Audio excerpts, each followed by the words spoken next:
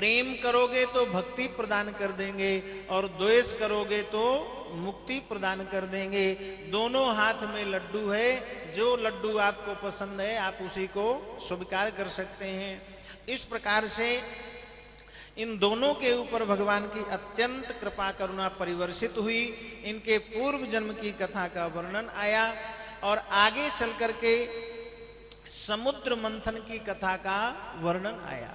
श्री सुखदेव भगवान कहते हैं, परीक्षित, एक बार इंद्र ने दुर्वासा ऋषि के द्वारा दी गई भगवान की प्रसादी माला का अपमान कर दिया।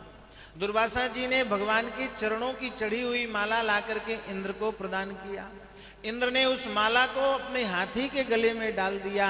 हाथी तो महाराज हाथी है, उसने उस माला को सूंड से तोड़ करके पैरों से कुचल दिया।